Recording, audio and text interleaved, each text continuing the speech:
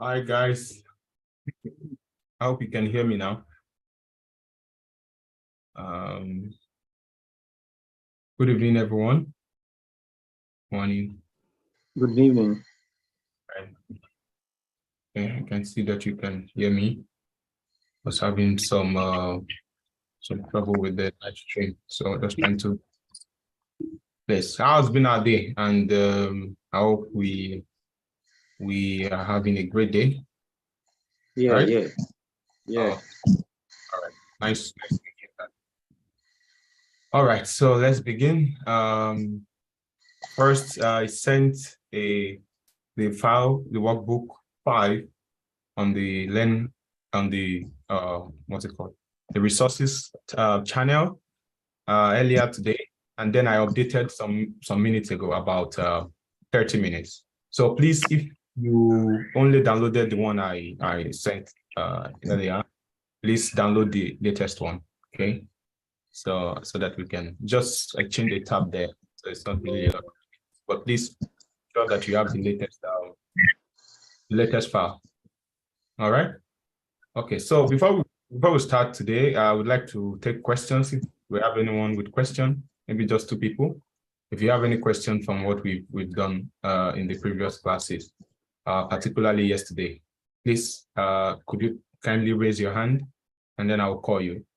If not, we can just get started with what we have today. Any question? Okay, I guess we are all good then. All right. So let's get started. Yes, I have a question, bro. Onome by name. For this this VLOOKUP, so I could get along across as the class will be going on.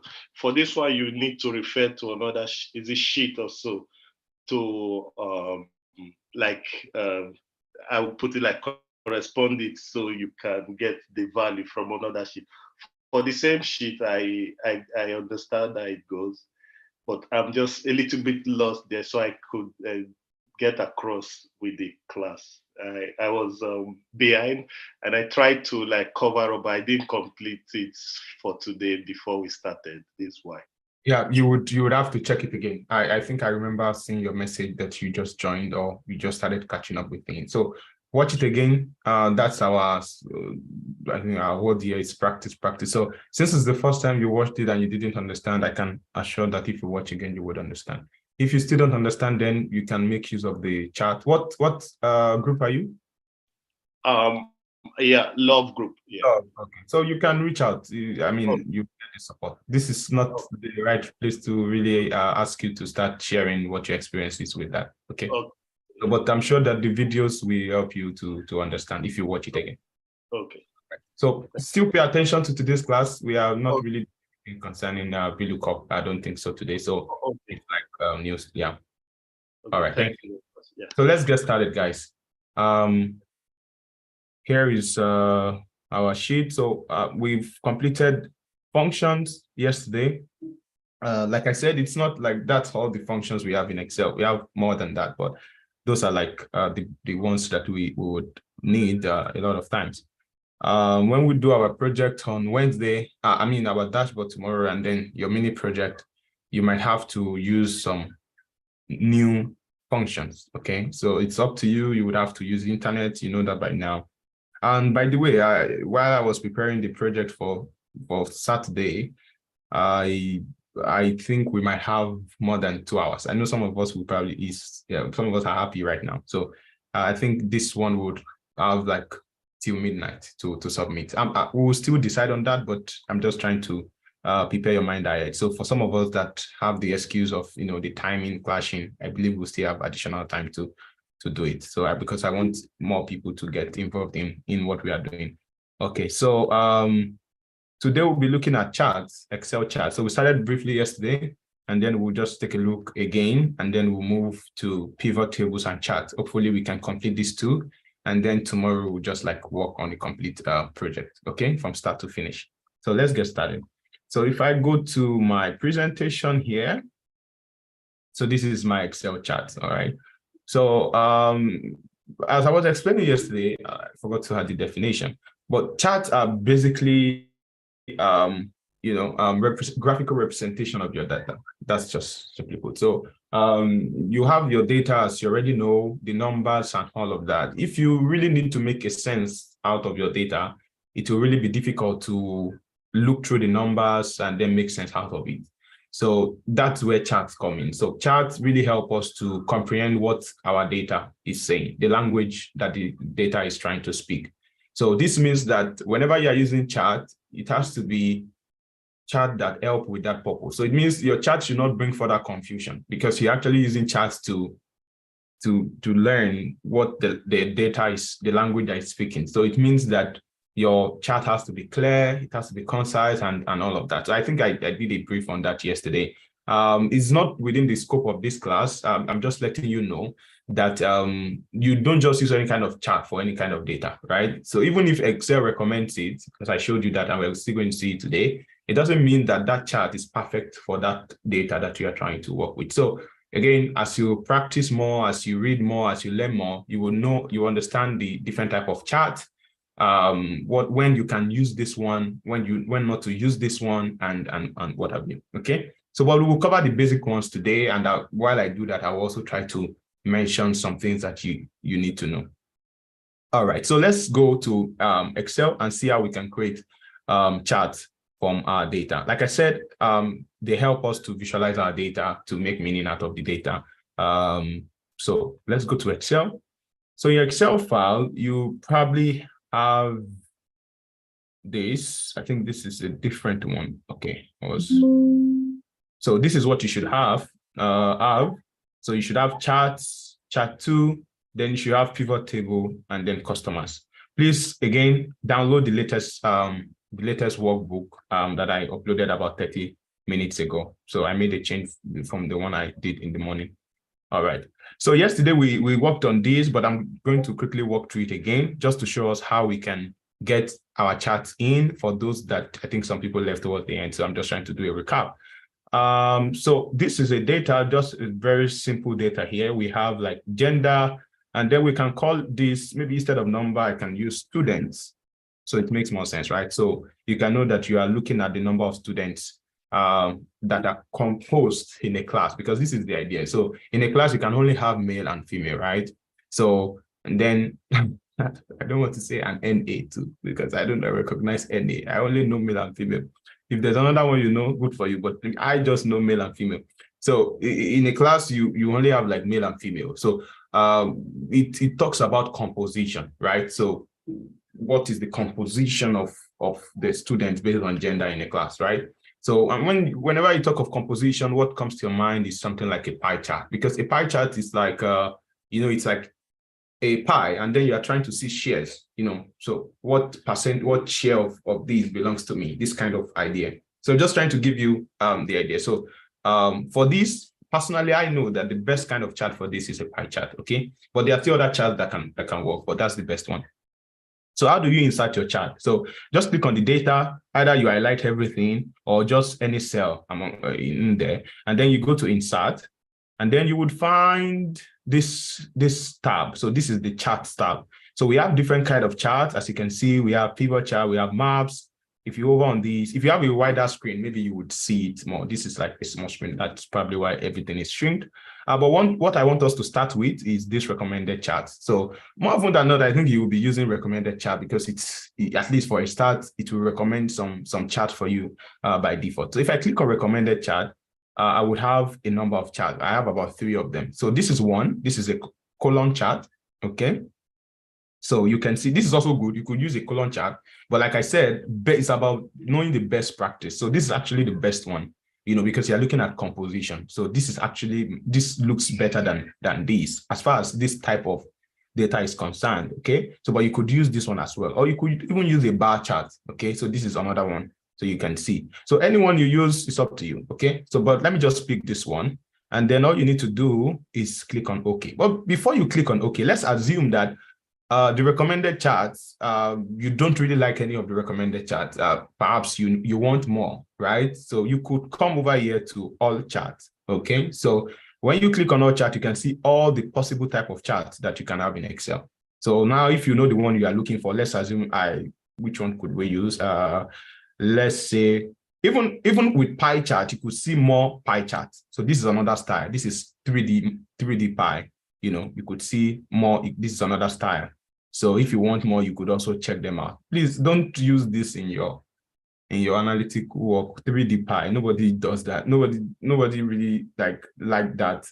It shouldn't be. I know some people do. They want to make it really nice graphical, but it causes a lot of noise. But it's not within the scope of this class.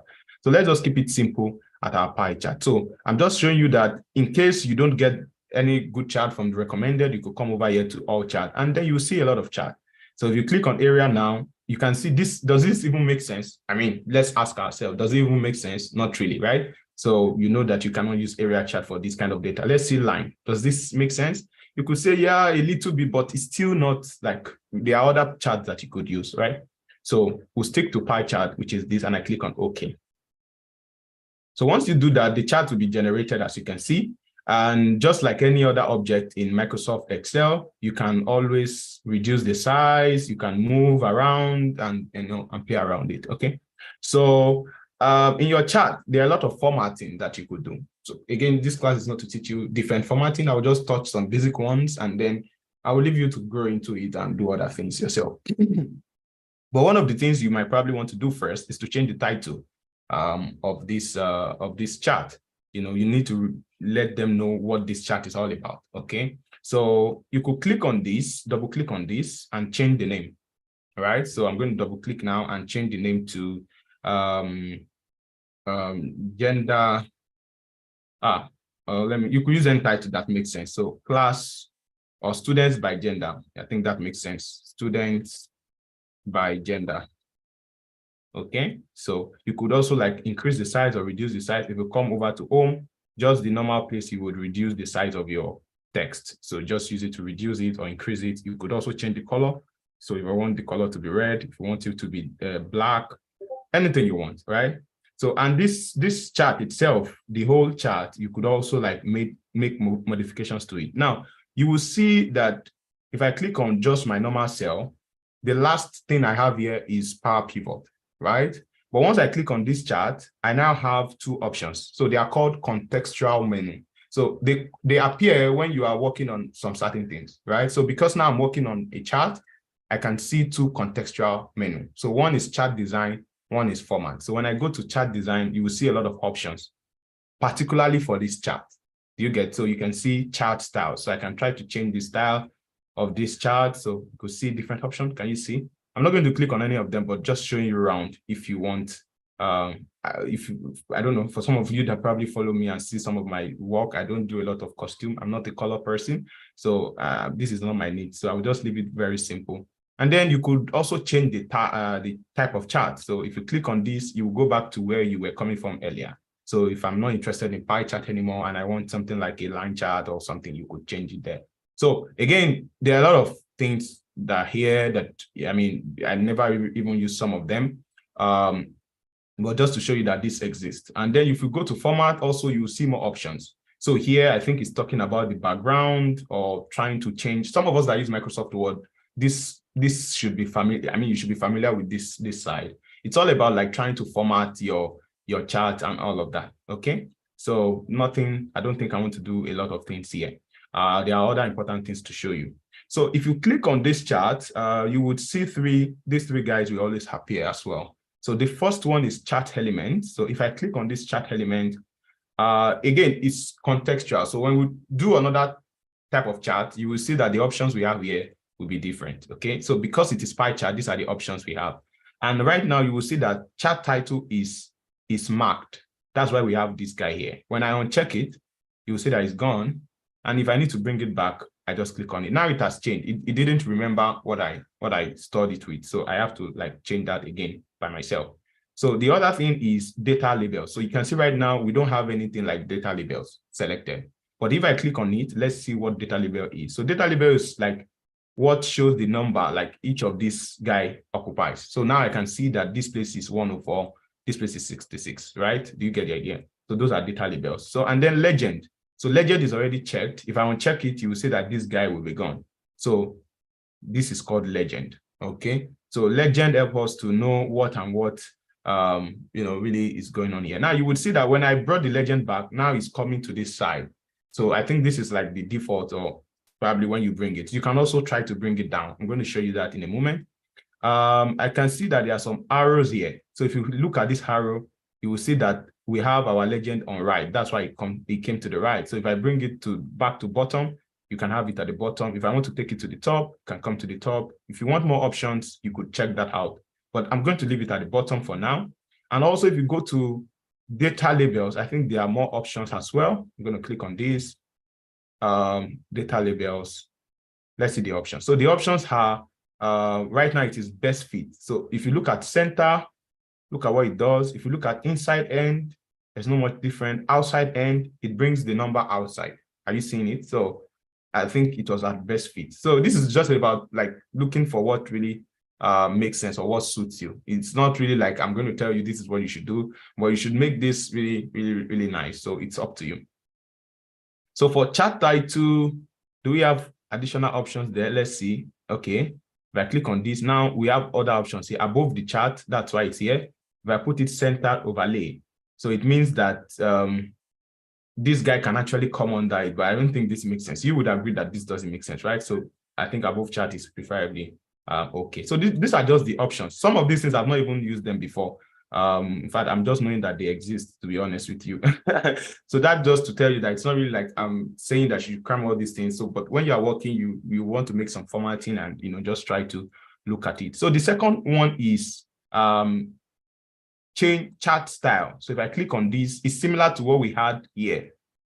Do you remember chart style? It's not even similar. It's the same thing. So the chart styles we have here, so we also have them here. You could select them here as well, changing the style or even the color of the scheme and all of that. So if I want this color combination, just play around these things. It's up to you.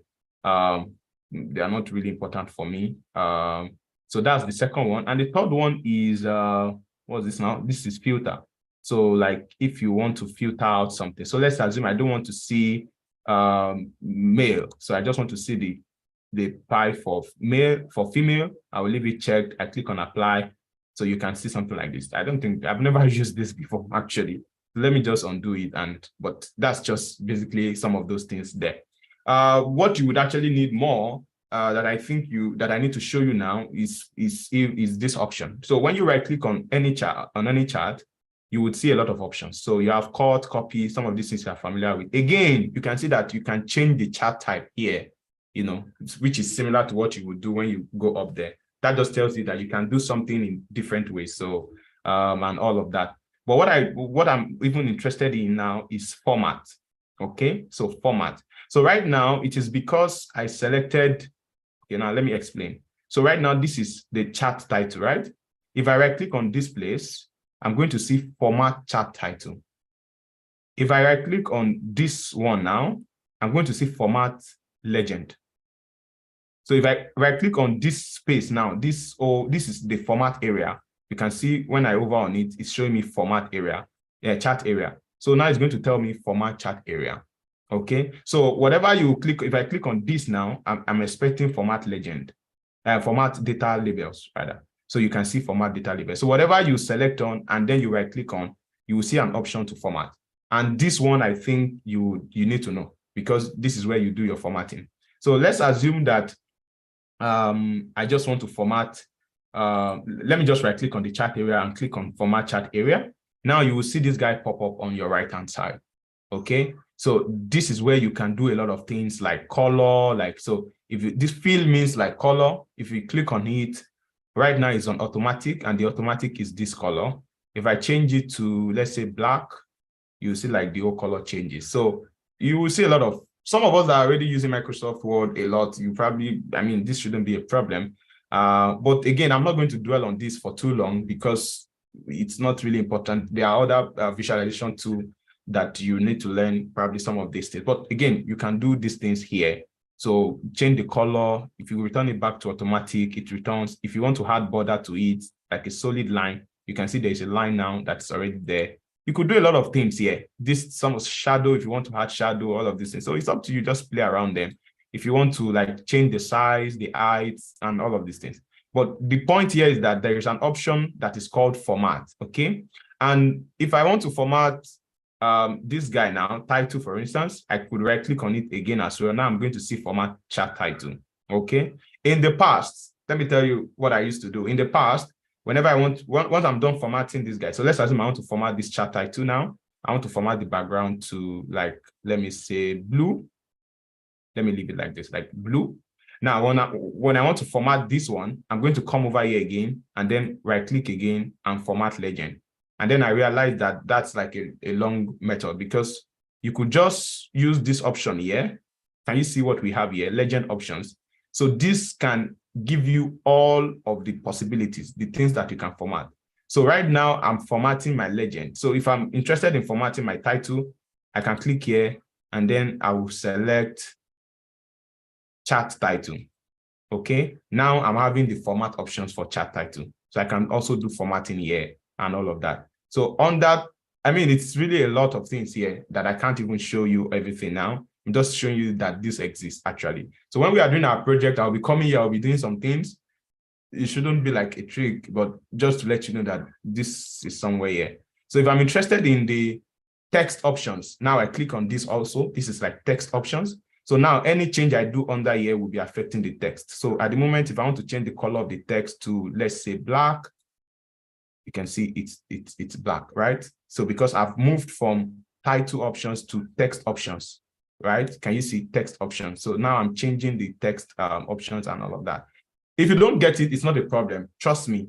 I can tell you confidently that formatting Excel chart, personally, it got better as I continue to do more stuff. Okay. So if you don't even get this now, I'm not surprised. But I just wanted to show you that this thing exists, formatting, but you need to really explore it by yourself. No one can really teach you. So the more stuffs you try to explore today, when you are working on the next project, you try to add more stuffs, but make sure that you don't overload your charts. Again, your charts have to be concise, like they have to communicate. So when you like overload, do too many colors, you are not passing any message. That's what you should be careful of. I know sometimes you can be very tempted to do a lot of color and all of that. This is not UI UX. This is not design class. It's just to show visualization of data. So I see a lot of stuff online and then I just laugh. But it's okay. I understand we are all learning. So this is all about a pie chart. Okay, someone has a question already. Okay, let me take it before we go to the next one. Who is that? Please go ahead. I saw a hand raised up now. Yeah. You dropped the hand? Okay, let me continue with my class. All right, so that's this data. So let's look at another data here. Let's try to plot a chart for another data. So now looking at this chart, and personally for my own experience, I know that I cannot use a pie chart. That same chart we used there, I cannot use it here, right?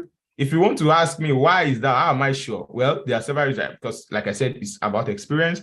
And also this kind of chart is best when you have like 4 or 5 slices. What do I mean by slices? So at the moment we have just 2 slices, male and female. So for instance, let's say you have like A, B, C, D, is still okay. But when you have more than like 4, 5, 6, and then the chart is looking, let me show you. So let me use this particular one, and then you understand what I'm saying. So if I select this chart and I go to this table, and I go to insert and I do recommended. Of course, Excel is not even going to recommend it. So you can see that it's recommending different stuff. But let's assume I'm stubborn. And then I go to all chart and I want to choose pie chart by default. And I click on it. Now, if I even ask you, what lesson do you think this is passing to you? If you're a business person, do you think this is communicating anything? No. You can see it's all messed up, right? So whenever you are using a pie chart, I was asked this in an interview before, one of my early interviews. I was shown a chart like this, and the person asked me, what is wrong with the chart? So this is a possible interview question. I was shown something exactly like this, and he said, what is wrong with the chart? So this straight up, it's the wrong type of chart. You don't use pie chart when you have a lot of slices. You can see for yourself that it's not really making sense. So I'm going to delete that and go back to insert recommended chart. So now you can see what Excel is recommending is different from a pie chart. So now we have a line chart, we have a column chart, we have an area chart, we have a funnel, and then we have a Pareto. I don't know what this one is. It's the first time I'm seeing it. But of course, based on my experience, I know that this one is never an option. This one looks, you could use it if you are probably having to, but let's not even go there. But I know that when you are dealing with line time series data. So when I say time series data, you talk about like months, you are trying to look at how much you made each month, or how much you made each week, or how much you made every day, this kind of thing. So when you're looking at time series data, the best type of chart is a line chart, okay? And then when you're looking at composition, then you use an area chart, which is this one, okay? So at the moment, we are not looking at composition. It's just one revenue that we have. We are not trying to compare revenue based on several things to see. I don't want to complicate it, but the answer here is a line chart. This is also okay. You could also use this, but again, it's all about best practices, right? So definitely, I know that it has to be a line chart. So I'm going to click on OK, and then you can see that we have our line chart. Again, I want to reduce this a bit. You can resize, of course. You can make it wider, and then let me take it out a bit. Okay. Now let's start. So when I click here, this plus, you will see that now I have more options. So if you think the options that you chose here, if you cram it, and then you come here, you are seeing different things. So that's why I said it's not something that you have to cram. It's something you have to master. It's something you have to get really used to. And again, practice. So when you click on this place now, you are seeing more stuff. So now we have axis. We didn't have axis there, right? So now we have axis. We have axis title. We didn't have that. We have chart title, which is the same. We had chart title here, which is this. We have data labels. We also had that there. We have, a lot of stuff. So let's explore them. Let's take a look at these guys. So the first one is the axis. So axes are these guys. So this is the x-axis. This is the y-axis. So you could actually take them off. As you can see, if you present this, what are you communicating? What are you comparing? We don't know. So you know that this has to be there, right? X-axis, y-axis, x-axis. So again, we have some options here. So we have primary horizontal. So you could take away the horizontal if it's just one you want to take away, and then leave the vertical. You could take away the vertical and then leave the horizontal, depending. So I take one of them out, but it's not within the scope of this course. I'll keep everything very, very simple. So now the next one is axis titles. So each of these guys can actually have titles. So because here we know it's month, I know it's month, but let's assume it's not something I'm familiar with. You want to give it a title and say, okay, here we're actually dealing with month. So once I bring in my axis title, you can see like it shifted a little bit, and then I can click on this and name it month. Okay. And then here also, I can click on it and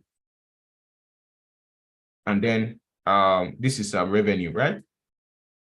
Because that's what you have on that side. That is the money side. All right. I'm going to close this one. Okay. Revenue. So again, you keep exploring a lot of stuff. Chart title is already there. You could make a change to that. You could change the title. Now, the next thing is data labels. So data labels, you can see the way it appeared is different from when we have here. So data labels means each of these points, this is their value, right? And then the next thing is data table. So data table is like, again, it's like showing the data for each of these values. So you can see now for December, we have 45,000. November, we have, let me make it wider a bit so that you can see. So you know that January, let me make it wider so we can have January. Oh, I think it still needs to go wider. I want January to just, okay, let me shift this one. So let's assume it's taking all our space. Oh, it's still in February. We still have some months here. I don't think we can have it. I said we want to take the whole screen. Okay, let's take the whole screen. Okay, look good, right? All right. So let me try to take it off so that it covers every other thing. Good. So you have this. So you can see January, February, and so on and like that. So the next thing is error bars. So error bars, I don't know. So these are like bars that, okay, I don't have an explanation for that one. So let me leave it out. And then you have grid lines. So these are the grid lines. This line that you see here, they are the grid lines. And when you check under it, you would have vertical as well. So it means I can add vertical grid lines. So it's going to look like a graph, right? So you have the grid lines vertical and grid lines horizontal. So let me leave it. This minor, I think I don't know what this one means, but we've put the major and minor. So let me leave it at that. Now the next one is, the next one is legend. So if we can add legend now is just this guy, revenue, right? So similar to the legend we had in the pie chart. So legend is like showing you, it just shows you what you are comparing. So it helps you to recognize. So once I see this blue line, I know that I'm talking about the revenue. So if assuming it was like revenue and I'm looking at the number of orders now, two different things, then I will have revenue. So by default, revenue will be blue. Maybe the orders will be like orange. So here I will have revenue, blue and orange. You get the idea. So you say like two lines, so that's when this can really be useful. But let me still leave it now. And then we have trend line. So trend line is like, you use this to see the pattern. Like this is like average. You could call it like an average or something like that. But this is like the linear.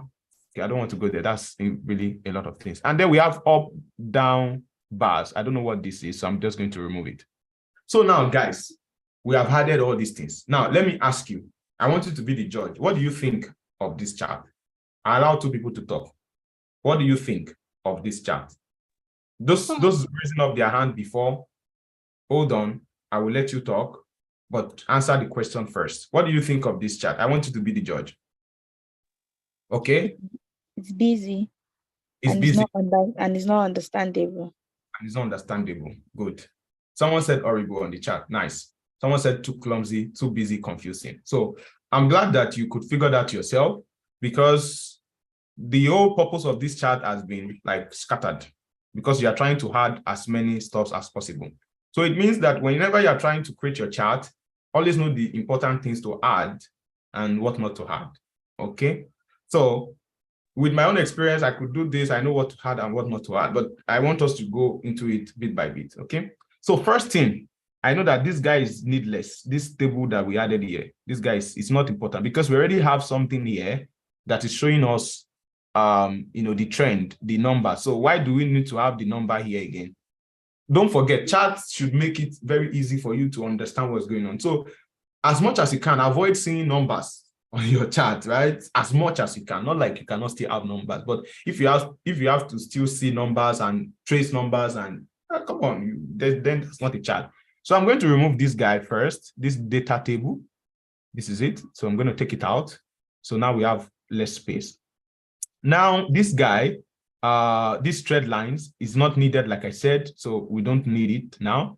Now, also, the grid lines are useless. I know while we were in the secondary school, anytime we wanted to do anything like graph, we always have like this. I forgot the name of those books now, but that's where we use it. You might be tempted to repeat the same. Let me tell you, grid lines are not needed in your chart. You don't need them. Nobody traces anything. Okay, there are better ways to make people see what you are trying to say. So I'm going to take off the grid lines totally, both X and Y, both horizontal and vertical. I'm going to take them off. Now our chart is looking better. Another thing is this guy here is useless, because I know I'm dealing with revenue. So why am I still showing it since I have only revenue? If I had like revenue, number of orders, it would make sense, right? So I know that, okay, revenue is color blue, and then number of orders is color orange. But now I just have revenue. So why is it there? So I'm going to take it off. And this is a what? A legend. So I'm going to take off the legend. So we're having more space now. Okay. So now you would see that this title of axis, for me, you could leave it in your chart, but personally, I always love to remove it, because I don't think it's needed, because your title could actually tell us what your data is all about. Okay. So let me show you what I mean. So instead of writing revenue, I could do something like revenue by month. So when I say revenue by month, you should know that I'm trying to compare my revenue by month. So it means that this helps me to understand what this graph is all about. So I can take off these titles, this revenue guy and this month. It will save me more space. It's not like if you leave it there, anyone will beat you, but you would see for yourself that it will make this less busy, right? So there are several ways to do that. You could come over here and take off the axis titles, or just click on it themselves, and then click on delete on your keyboard. It will be gone. So click on here and click on delete. It will be gone. So now you can see that we have the spaces that this even shrinked. You can see now that it's now expanded. It's looking much better, right? So I don't want to complicate this further. Personally, I don't like to use this y-axis, but I will not do that here because I think you would just lose me. So I normally prefer to just use data labels, and I take off this guy. But right now, I think you guys have to decide. Is either I keep this one, or I take off this, or you could take off some of them. That's a better way to do this, right? Although Excel makes it difficult, but in tools like Power BI, you could reduce the density. So it means that this is looking too busy, right? So I might just be interested in taking off some of them. So I could take off this one. This is like 5,000. Now, if I click on one of them, look at it. If I click on one of them first time, it's going to click on everything. If you press delete, it's going to delete everything. But that's not what I want. So you have to click this 2 times. So I'm going to click the second time, and then I take away this one. I'm going to delete this one. Again, delete. So because they're all 50,000, right? So they're all on the same axis. So you can almost tell that everything here is almost the same thing as what is here. So there's no point. So just try to keep it less. Okay, take this one away also. This is your discretion now. I'm not saying that this is what everybody has to do all the time, but you would see for yourself that there's a difference when we are done with this. So which one? I think we can take off this one again. Okay. So I think we can even take off this one. So this also is not needed because, so now you can see that this 100,000, 110,000, and then you can easily like trace what's going on, because this is like between 50. Again, like I said, when you're dealing with chart, you're not really concerned about the numbers. Chart gives you an overview. So if I need to know what February is, I can say for sure, because here is 50,000, here is 75. So I can obviously know that the value for February is somewhere around, it will give you not exact, but approximation. And that's what chart does. It's not really like giving you, but just help you understand some things. So this is not still the best as far as I'm concerned, but just to make you see that you can make your chart less clumsy, less busy, and more meaningful. And then you are still going to like communicate your result. So let me put a pause there. I know you guys have a lot of questions already. So let me answer questions. Shemfumi, let's have you. Yeah, thank you very much. I want to ask a question. My question goes, can we, let's assume we have a kind of data in one sheet, and we interpret that data in another sheet with this diagram, with this chart. You have the data in one sheet, and then you want to have your chart in another sheet. Yeah. Okay, are you asking if it's possible? Yeah, that's what I'm asking, yeah.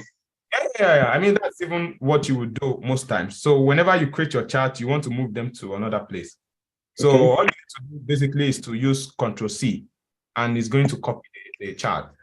And that's going to update whenever you make updates. So let me show you what I mean. So let's create a new sheet here and call it dash. Let me just call it dash, because that's like the way you create dashboard. So you create charts separately, and then you bring them all together in one sheet. Okay. All right. Now I can click on this now and Control-C. Okay, that's Control-C, that's copy. And then I come here and I Control-V and I paste it. So I have the chart, only the chart here playing around somewhere here. You get it? So right. Hold on. Now, if you copy and paste it here. Now, if you are doing anything on that data, will it reflect on this chart here? Yeah, I believe it will. So let's take a look. So here now, if I change April to like 100,000, you can see it as reflected on my chart. Yeah, let's go to that. Reflect here as well. All right, good. All right. Thank you. You're welcome. So I'm going to do that. So just to keep everything the same. Okay. Mr. Coded, please go ahead. Yes. Good day, everyone. My question is just: is it professional to shorten the legends? I mean, the months of the year to 3-letter words. Is it professional? Just to make it to be very nice for the eyes. Yeah. That's even good. That's a good observation. So yeah, you could do that. Again, it's about yeah, for months, it's something that everyone knows, right? So everyone knows that January means Jan, and so again, this saves you that space. I love that. I love the fact that you notice that. So this is also another thing you could do, but it's not what Excel can do for you automatically. You have to do it by yourself. So it means that you will probably create, it means you have to work on this, create a new column, then extract the first three, just exactly what we've done before using left function. And then that column is what you will use to plot this guy. Okay, maybe I'm going to show you because I'm going to use it to teach you something else. Okay, so thank you for that question. So I'm going to show you how you could do that in this case. Thank you for the question. Yeah, Mr. Funsho, I think I saw your hand. Yeah. Yeah, thank you, sir. Good evening, sir. Good evening, sir. Yeah, if I'm understanding clearly, like you are trying to let us know that the best practice is to make our charts look more understandable for whoever, because the kind of people we might be dealing with might not be people that have vast knowledge about charts and all of this stuff. So in a nutshell, you're trying to make us understand that whenever we are presenting our deliverable or our work, our output, we should always make it clear in such a way that we are even presenting to someone that doesn't even know anything about charts, so that they can easily understand it clearly. Yeah. So, and again, looking at this chart, the one you just working on, if I'm looking at it very well as well, I will still say that it's still busy. So as for me, if I want to work on that, I rather remove the revenue as is, those figures there. So since we already have on the line, we have figures on the line already. So I think that depicts what we are trying to say. So the figures on the revenue as is, I think we can take it off to make it more mature and clear. Yeah. Thank you for that.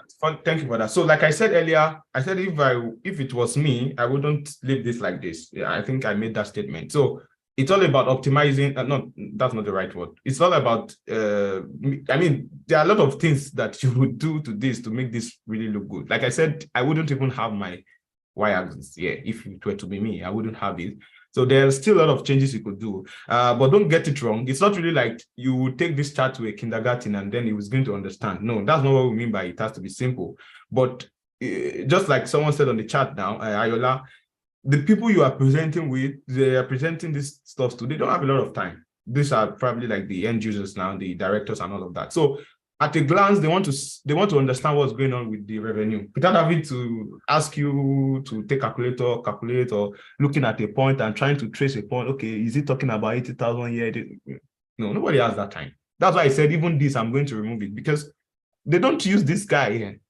This is not primary school side. Nobody really uses. So they want to see what are we making in January, February, immediately, instantly, without having to like really strain their eye. And there are a lot of things to do, right? So that was what I mean when I said that it has to be simple, not like to a kindergarten or someone in nursery school that doesn't even understand anything. So just to clarify that. But thank you for that addition. Yeah. So back to Mr. Coded's observation or contribution. So I can delete this chart now because we already have it here. So I'm going to delete it. Okay, so it's here, so no problem. So now, like he said, that instead of using January and all of that, which we all agree to, we can see that it's looking a bit, again, it's making this place look somehow like it's not really the sizing. You can see these guys have already been inverted. We can actually try to change January and all of that to just 3 letter words. So again, this is something we have done before. So you can see that it's just applying what we have done before. So who can tell me how do we get the 3 letters for a month? What are we going to do? Anybody bold enough? Put it on the chat. On the chat, don't unmute it. On the chat. Yes. How can we extract 3 letters? The 3 words. Okay. Good of you guys. Nice one. Hey, someone said flash P. I wish that person could come and tell me how flash fill will do this. Okay, but Mr. Henry, I hope that was a mistake. Maybe you wanted Mr. Idris, I think flash fill actually works because of the intelligence that comes with Excel. Once you start filling the first 3 letters, it's going to recognize it and it goes all the way down. Oh my, these people are too smart for this class. No, Thank you very much. Yeah. I think you people are too smart for this class. That was why I said you should come and teach me out. Oh God, I've missed. All right. So let's do it like this. Let's start with the left function. So for the people that are like newbies in the class, first, then I'm going to show the flash view. All right. So this is what you guys were saying before. So you use 3, and then you can get, this is what we've already done before, right? So good. So just like Mr. Henry said, again, it's about understanding the intelligence of Excel, and a lot of things can be done. So when I come here and manually type, deleting this. When I come here and manually type gen, okay?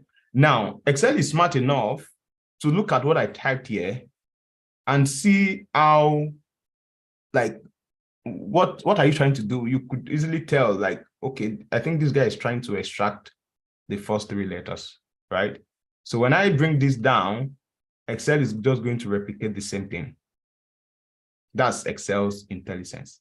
Okay, so sometimes when you know some of these tricks, it saves you from stuff. So I hope it is clear. So that's what you meant by flash fill, which is like the autofill like that we've done before. So it's again seeing the different size of the autofill of Excel. It's able to, yeah, that's the word. It's able to read pattern. Okay, so yeah, I hope that is clear. So we could now use this guy now to, let me bring our chat back because I want it to be side by side. I don't want us to be going to different places. So I'm going to copy it again, and then I'm going to bring it here. Okay. So I think we need to probably make it like, good. Okay. I need to make the size of the screen smaller so that everything can be seen. So now, this is what I want to do. Look at, if I click on this chart, you can see that Excel is telling me the two stuffs that were used to populate this chart. Can you see now? Because now that I created something in between, you can see that Excel is telling me that these are the 2 stuffs that are helping to populate this chart. Now, what I want to show you, sometimes this is a use case, a good use case. So after plotting a chart, you want to change what is used to plot that chart, which is exactly what we want to do. So it means that I no longer want to use this column month name and this one. I want to use this and this. Of course, you could say delete this chart and then create a new one.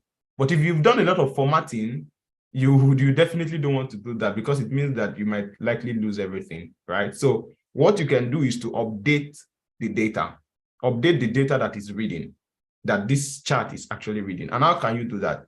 So when you right click on your chart anywhere, you would see an option, select data. I use this a lot of times, a lot. So when you click on select data, you would see this dialog box, or if it's a dialog box, if that's the one, I don't know. But you will see this box appear. Now you can see that these guys are dancing. So Excel is showing you that these are the 2 guys that are populating this chart. So on this side, this is the revenue. And then on this side, this is horizontal. This is horizontal. These are the months. Can you see? These are the months. If you scroll down now, you see all the months. And on this side, this is the series. So this is the guy that is populating it. So what we want to do now is to change this guy. Is this one we want to change, right? So we don't want it to be this one. We want it to be this one. So all I need to do is here, you will see edit. So once I click on edit, now you can see this is the range. So all I need to do is to change. I'll just cancel everything. Okay. Now it has not selected anything. So I will now by myself select this new range now. Are you getting it? And I click on OK. So if you go to the chart now, you can see here now, everything is what? January, February, March, instead of, Jan, Feb, March, instead of January, February, March. So once I click on OK, you can see that it has updated everything. And all our format still remains. So if you had deleted it and created a new one, it means you have to start all the formatting. So that's why this option is really, really important. A lot. I personally use this. You have a reason, one reason or the other to do this.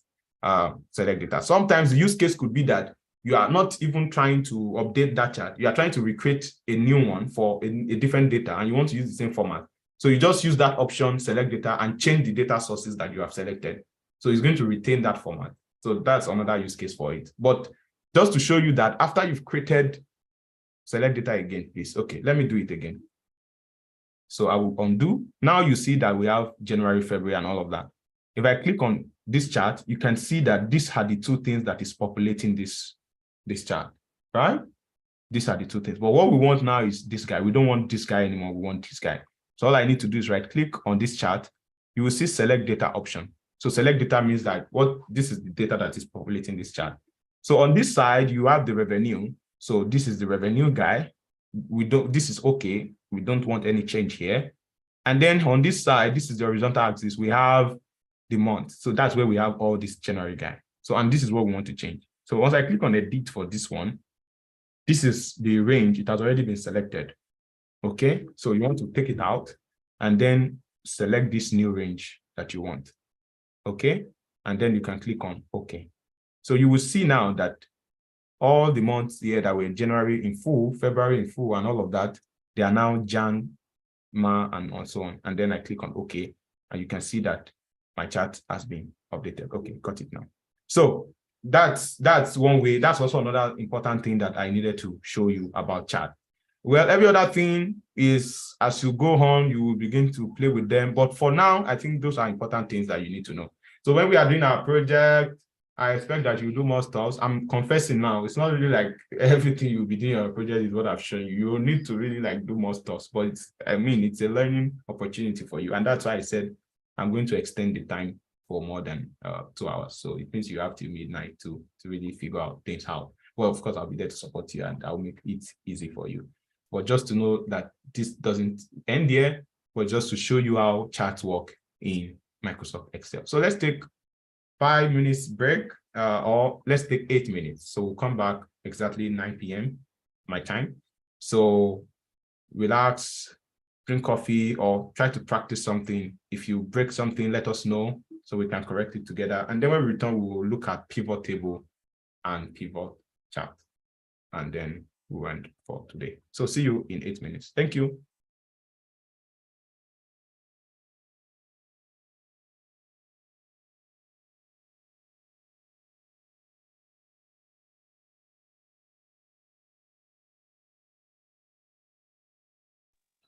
Hi, can I quickly ask?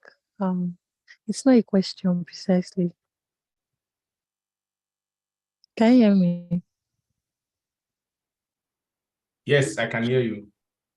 Okay, please, are we going to be working with Power Pivot? Are we going to be working on Power Pivot? Yes. No. Okay. Because we will be doing Power Query in Power BI, so there's no point. They are the same thing. The same function. Okay. Not function, the same page, the same thing, the same package or the same software. Yeah, like that's what I'm trying. Yeah, like at the end of the day, it's the same thing that you achieve. I get it. Yeah. So whatever you do in Power BI. Thank you. So wait for Power BI time, you will do that. Are we going to download the Power BI, or you're going to instruct us how we're going to download? Yeah, I will show you how to download it. Actually, this week, maybe by tomorrow, I want to make a different video, because there's this video I recommend for people to install SQL, but I think a lot of times the students still need help. So I will try to do the video myself if I can tomorrow. So you guys need to start installing SQL for next week class. I hope our cell will not burn like this. Burn with what? Because of what? SQL? Yes. Yeah. Why will it burn? I'm just saying it. It will not burn. Don't be afraid. It will not burn. I don't have it because this is what you are using a small laptop, capacity, No, I think it will still serve you. It's fine. Even with small laptop, nothing will happen. Okay, no problem. Yeah, nothing will happen. But if you Someone get the installation right, you're okay. If you don't get it, it won't function well. Oh, someone really? said, someone said, can we learn Tableau? Okay, so I know these are some of the things that we will talk about when we have our event. So I get that you guys see a lot of these things online, but you necessarily don't have to learn two type of tools together. So Tableau and Power BI actually they are for the same thing, which is visualization. Okay, so you could have a, like personally, I've done a couple of projects. When I need to work on Tableau, I can, but I have my domain, which is like Power BI. So don't be tempted or don't be tricked into trying to learn two different tools that are doing the same thing. Okay, so master Power BI first, and then if you maybe your work, whatever, just stay on Power BI. Don't even try to move again. So until if you get a job and they are using Tableau there, and that's different, you can move, but don't try to learn both of them. It's just a waste of time. There are other tools to learn. We'll talk about these kind of things when we have our event. We should probably have the first one next week. We'll talk about maybe interviews and preparing, the whole analytics journey, basically. So yeah.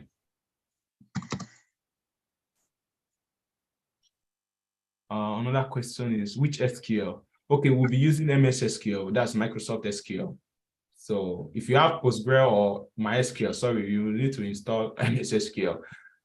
Because that's the only way we can provide support for you, if you have any issues with what we are doing in the class. But if you are using another type of SQL and then you have issues, honestly, it might be difficult to provide support, except you really know that tool before, so you can go ahead with it. But anytime you come into any issue, just know that you have to go to Google, not to us. Okay. Let me take my 5 minutes as well. So see you guys soon.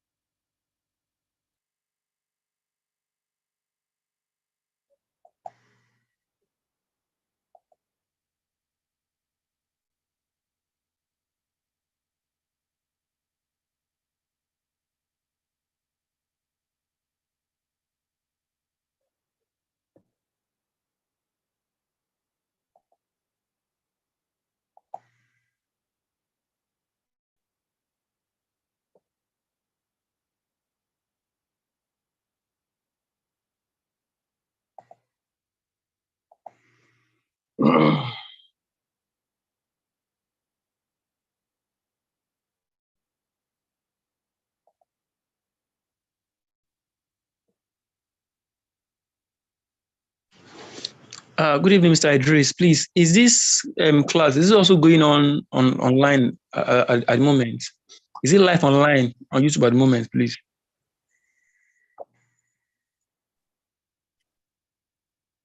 You said you want to take 5 minutes break. Yes, it is. It's streaming on YouTube. Please, can I have the address or the easiest way to link, because my phone is not actually connecting well.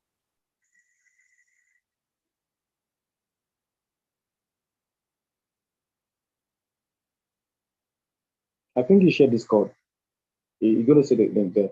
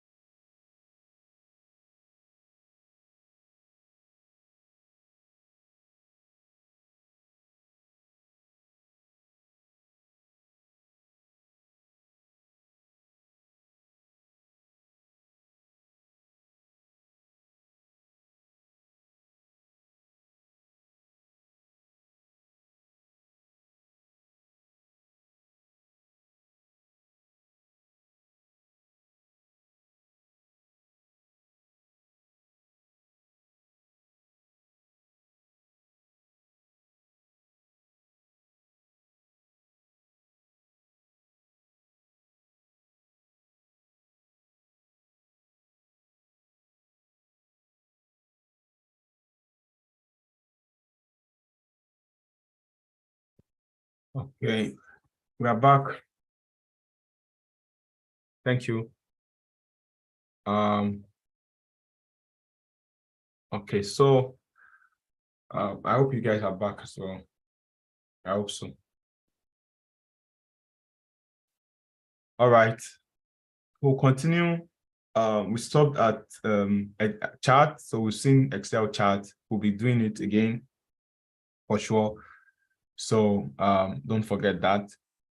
The next thing I want us to look at, which is like the last topic in our Excel series, another important topic. I don't want to mention that this is one of the most important because I think I've used that line so much that you guys now probably don't even believe me again. But trust me when I say that this is a very important topic in Excel. As far as I know, chart 2. Do we have chart 2? Ah, truly, we have chart 2. My God. Okay. Thank you for that. Okay, so let's quickly check chart 2 then. Thank you. I was already going to pivot table. So let's check chart 2. All right, so we've done this first chart. So let's see how chart 2 can, like, it's going to be really fast. I will just show you what I need to show you here. So you can see now we have like 3 columns now. Everything that we have considered so far is like 2 columns. So, or initially 2, and then we added 1 more column, so it's 3. So the same idea can like work here. So we have product, region, and sales. So of course, when you see something like this, the first thing that comes to your mind is you are probably interested in seeing how your product fare in terms of sales, or how your region, or how your region fare in terms of sales, any of them that you want to do. So, but again, this is about Excel being smart and being intelligent. So let's do a test run first. So when I click on this and I go to insert and then I click on recommended chart, I can see that this is the first chart that he gave me, which is a clustered chart. So let me click on OK and let's see it together.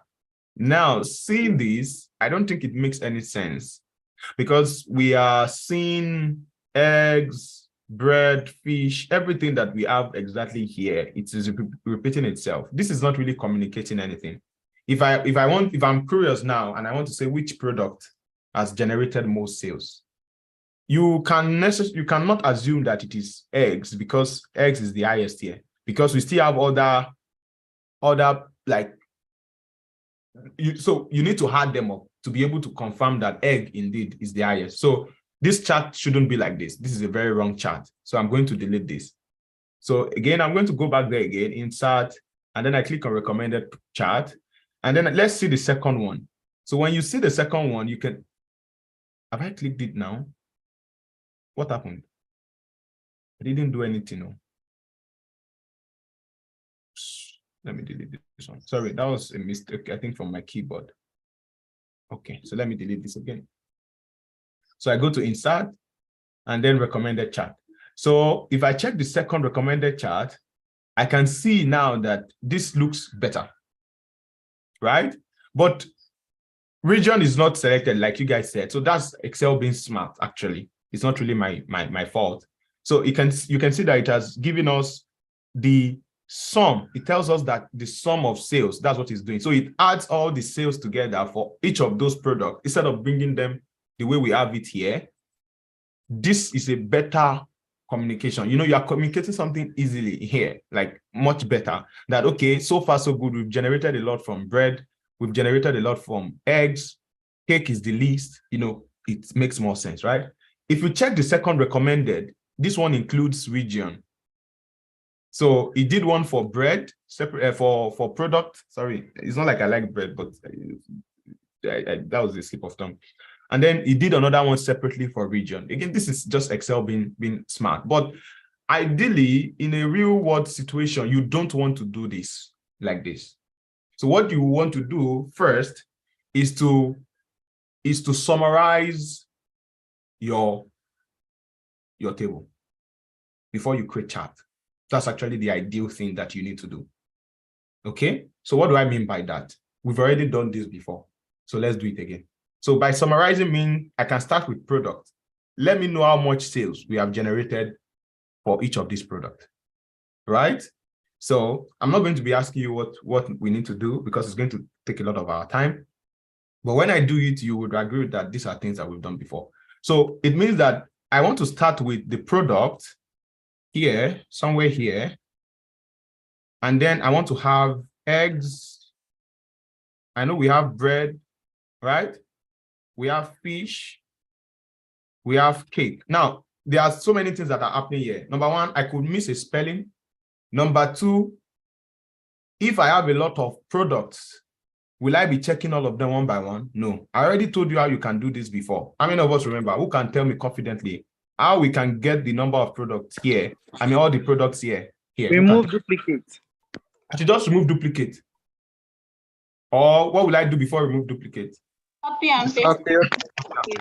No. First, filter. You need to filter. Insert filter.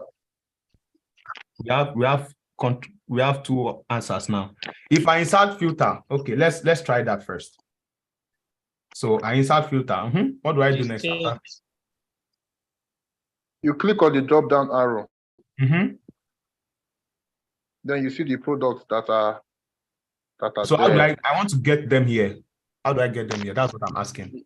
Now you copy the whole the product and remove. Yeah, right from here. No. Go back to the cells. I copy the whole product and remove duplicate. Yes. Remove the. Yeah, that's what they said. But you said I should filter. You can also use unique function. No, don't scatter our head. We don't want what we've not done before. We only want to remain on what we've done before. Thank you, unique mommy, unique lady. Thank you. No, I don't want to scatter the whole thing. But I agree with you. We can use that. So we cannot use filter. I don't know why you said we should use filter. Probably filter is just for quick checking, right? It's just for quick checking. But what yes. Yeah. So that's what I want to understand. So let's copy, just like people have said initially, and then we paste here, and then we remove duplicates, right? I'm glad you people remember this. People are making me just have goosebumps. Okay. So now we have removed duplicates. So this is a better approach because we'll be sure that we are not missing out on anything, right? And everything is intact. So we can find the sales for each of the product now. So who can tell me confidently what I need to write? The formula, just raise up your hand. I don't want cross answer. Raise up your hand on the chat. I will call you. I want to get the total sales for eggs. So how do I do it? You know, I praised you guys moments ago. Don't fall my hand now. If not, I will take my, okay, let's try Mr. Emmanuel.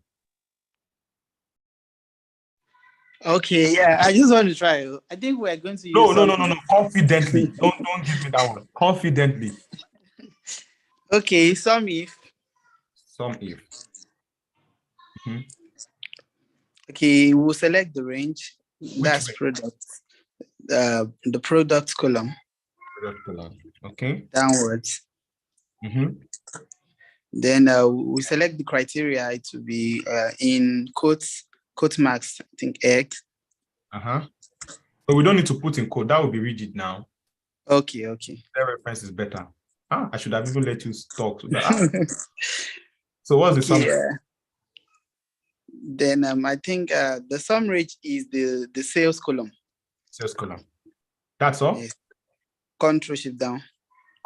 That's all, right? Enter, right? Yes, sir. And the formula is correct. Are you sure? Yes. Okay. So we can drag it down now, right? Yes, sir. Okay. And this is correct. Are you sure? I think if I were doing it, I would check under the sales for bread to be sure whether it's moving down or it's. I'm checking. Whether I logged it. I'm checking. Okay. Well, I think I need to lock the sales column. This one, right? This one. No. The sales column, that's C2617. This one, right? Yes, sir. Okay. So how do I lock it? Okay, I can use F4 or I can use. Okay. So that's all right? No, I would enter it and check. And check again. Okay. Yes, with bread. With bread. So now we have the same thing. Okay, that means I'll need to log the product on to also verify. All right, interesting. Sorry, my mouse is misbehaving. No problem, sir. F4, right? Yes, sir. Okay. So I've done that. So I can drag down, all right? Yes, sir. Okay. All right. I think now I will now cross-check with the I will use the 3 to see if it is okay. Yes, I think it is good now. Okay, good. Thank you so much, sir. That's correct. Yes. That's nice. Nice. Thank you. Okay, so I don't want to waste time because we are already spending enough time. I know you guys are raised up there. You guys know it. I know.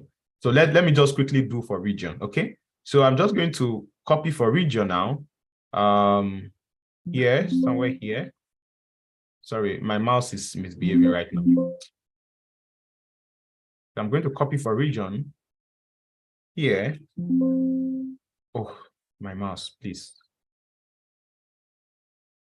Okay, so this is for region. And then we are literally going to do the same thing, right? So copy this one and down, and then paste here, paste it, and then remove duplicate. So you can see that a lot of times we are literally like repeating the same thing, right? So just for you to know that everything that we have learned, you will be using them. So I'm going to use count sum if again, right? So let me just make that fast. So sum if, my range is this guy. Okay, and then I'm going to lock it. It will get to a point that you guys, when you are writing your formula, without even trying to cross-check like Emmanuel was doing, you would automatically know what you need to lock. But I understand that for now, it's not really what, but it's a good method, what he was saying. So anytime you write a formula, not just use, especially when you feel down, try to check what you feel. That's how you can validate whether the formula is right or wrong. So here, when I check my formula, I can see that it's exactly everything that I needed to select. So I can be sure that this works. So now, usually, back to what we're saying, we're back now. So when you have a data, this is usually what you want to do. You want to first summarize your data, and then you can plot your chart. So if I were to be working on this now, instead of just directly bringing in my chart from this one, I would rather break my entire table into summaries, okay, like this, and then I can plot each of the summaries. All right, so this has a lot of benefits, okay, because if you need to make confirmations and all, but I can't explain it within the scope of this class. So now I'm going to be using these guys now as for my chart. So for the first one, I'm going to click on insert recommended chart, and then you will see that we have exactly the same thing we had at the other hand, right? So if you check it for me, it's still going to be the same thing, but this is looking more organized than that one. Okay, so here you can see the result, that these are the sales for the sales by product. Okay, so if I want to change the title now, I know the title has to be sales by product. I already taught you about some of these things, so I need to take off grid lines here. So let me leave that for you to go and try. So try to format your assignment now. If you guys can do it tomorrow, before tomorrow, it would be nice. Try to recreate for product and region, and try to do some formatting based on what we've done so far. I've already told you some things that need to be there, some things that need not to be there, and then just make a screen grab and share it with us on Discord. Okay, I hope that makes sense. All right. So now we can go to the next thing.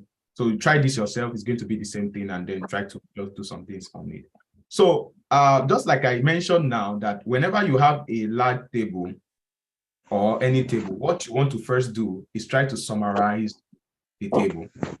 Okay, so that's where this guy comes in, pivot table. Maybe some of us have heard of pivot table before.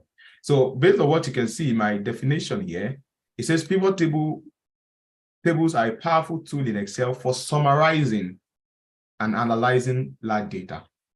So because that first approach that we wanted to do by selecting all the data and then create the chart, if it's a table that contains like 10 million rows, your chart will be hanging. Because every time it will need to be processing that old table for that chart. maybe you don't understand, it's fine. But as you progress, you would know what I'm talking about. But I think you should grasp what I'm saying, because it's dealing with tons or hundreds of thousands of a whole table. And then you are creating your chart directly from it. It's going to really cause a lot of havoc for that chart. So best practice is to create a summary out of your table first, just like we did now, and then use that summary to create your chart. So in case you don't want to do this all the time, there is a particular tool in Excel that is known as pivot table. And as you can see, pivot table are tool in Excel for summarizing large data sets. So they provide a dynamic way for extracting blah, blah, blah, blah, blah, blah.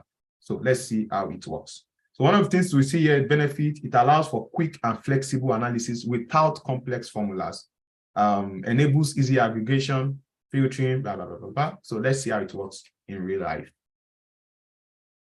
So now I will go to my pivot table column. Okay. So now sheet.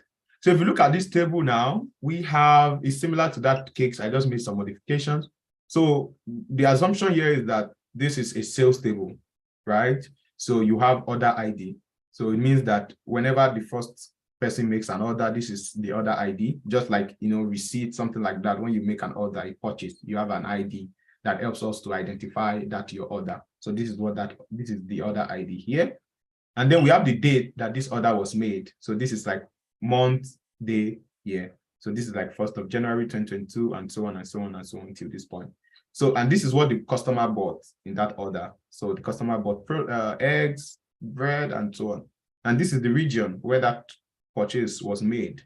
And talking about region, this is the country, because region is like continent, okay? So thanks to Google, I was able to find out some countries in East Africa, West Africa, and so on, and try to fill up the stuff. So you can see that based on the region, we also have country, right? And then you have the amount of this particular order.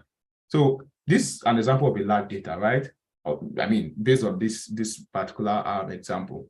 If I want to create a quick summary, right, based on like similar to what we did with this chart tool, where we kind of like add this quick stuff, we could do it manually like this, but it's going to take some time, as we just saw that we have to start writing ifs, even though it has advantage, but I'm not going to tell you within the scope of this class.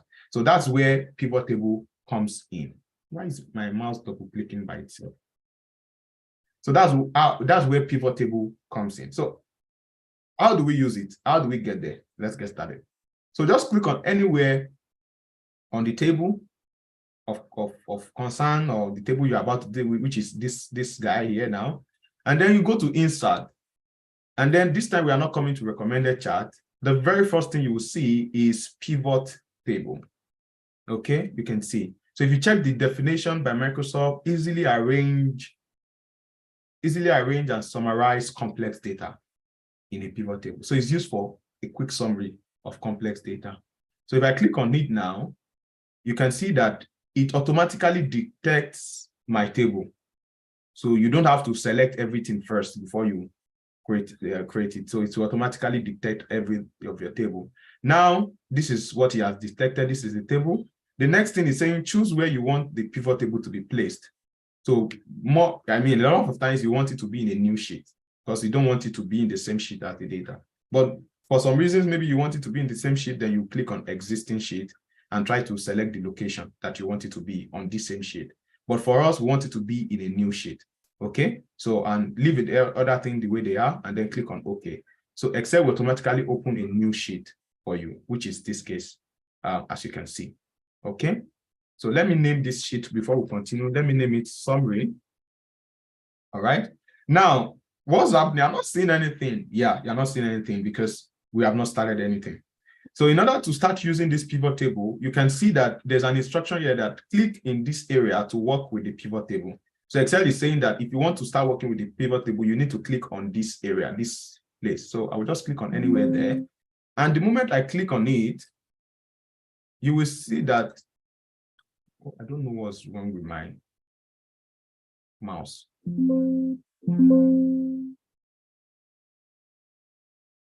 So whenever you click on anywhere around here, you will see that this guy pops up. Okay, if you are practicing, you will see the same thing happening. So you have these pivot table fields and so on. And then if you check here, you will see that we have all of the columns that we have in our original table.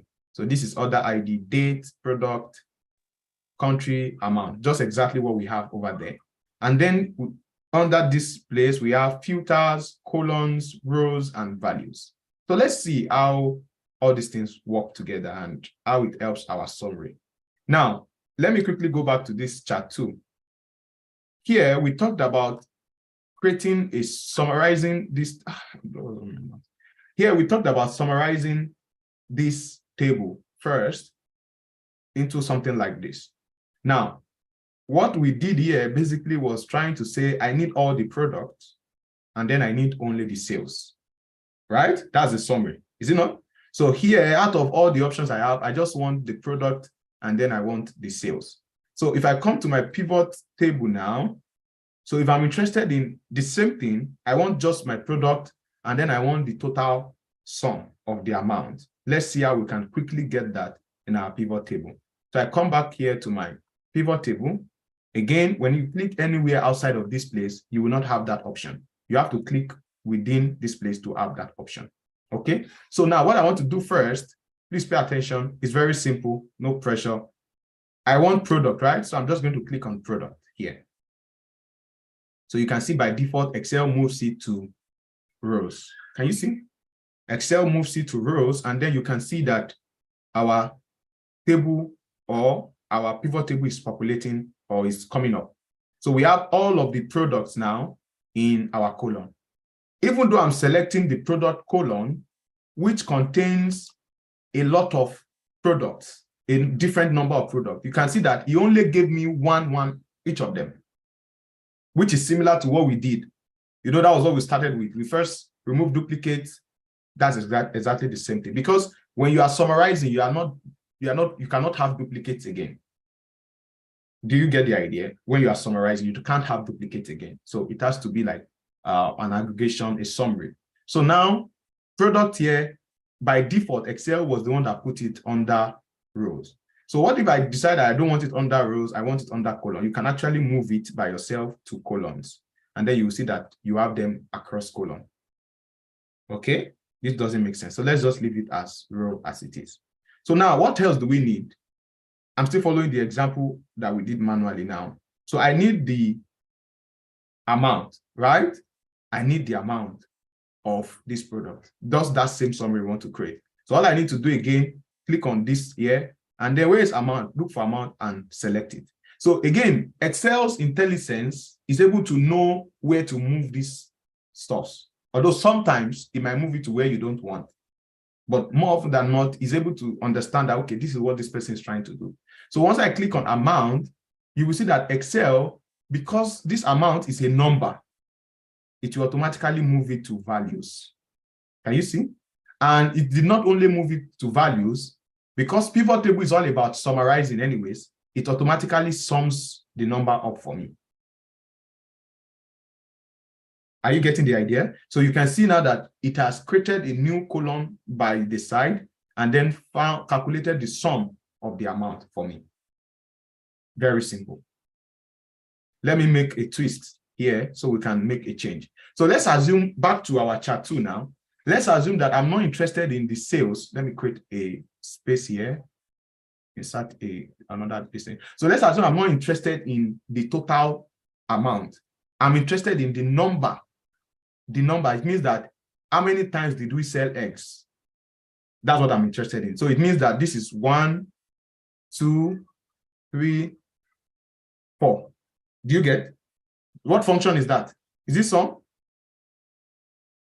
Count. Good. Count. So let me write this same formula. This same formula that we wrote, I'm going to write it and then change it to, oh, it cannot work because it's sum. So let me write it manually. So count if, right? So my range is, this is my range. Now I know the range needs to be locked, okay? And then my criteria is eggs. Are you following? So now there are 4 eggs. Eggs was sold 4 times. If I drag this down, of course, oh, everything is 4. No. I don't want this. So let me try to make a quick update. So let me change this first one to bread. I don't want it to be the same so that we will not have the same thing. And then let me change this, fish again to bread.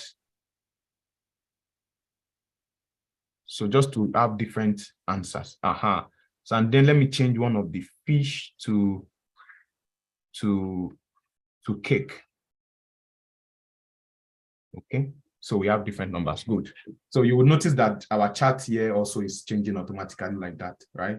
Which is understandable. So now here you can see that I have 3 eggs, bread is 6, and so on and so forth like that. So what if that is what I'm interested in? Coming back to my pivot table now, I'm not interested in sum, only sum. I also want count. So how do I do that? So let me show you. So now, because I've already selected this amount before, I cannot select it again, because if I click on it again, it will remove it, right? So the only way I can bring it again, if I still need this same amount, is to, my mouse is to drag it. So you can actually drag the stuff from here. So I'm going to drag it to values, because I know that's where it needs to be, because it needs to be aggregated. So I bring it down to value, and then you can see that we have sum of amount 2, because they cannot be the same name, or Excel automatically changes it. But what I want is not sum, just as what we've seen now. What we want to do is count. So how do I change that? So I will click on this, just come over to this second one now. You could use this arrow here or right click on it, anyone works. So once I click on the arrow, you will see a number of options. The first one is move up, move to beginning. So when you say move up, it means that I want this sum of amount to come first. Sum of amount 2, you can see it as come first and then so, but that's not what we want to do. That's meaningless for now. So what we want to do is, oh my God, Lord have mercy on me. This might, okay. So sum of amount 2, so I'm not doing move up, move down. So what you want to do is not remove it, because if you remove it, it's going to go. It's like you are taking it off. That's not what you want to do. So let me bring it back again. So what you want to do is do value field settings. Okay. So when you click on value field settings, you will have this option pop up. All right. So here, this is where you see that by default, Excel is doing what? Sum. But what we want is what? Count. So I'm going to choose count. If it was average you wanted, you would choose average. If it was max you wanted. So you can see that all the aggregation that we learned earlier, sum, count, average, min, max, they are all here, right? So others are what you can ignore for now. So I'm going to choose count. So once I choose count now, I click on OK, and then you can see that the count has been updated to what we have, which is not the same, because it's supposed to be the same. Yeah.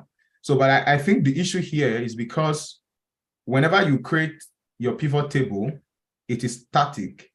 If you make any change to the original data, you will need to update it. So let me show you how you do that. So I'm going to click on this. Here we have a contextual menu. Again, I told you about contextual menu earlier, which is a menu that pops up when you are working on a certain thing.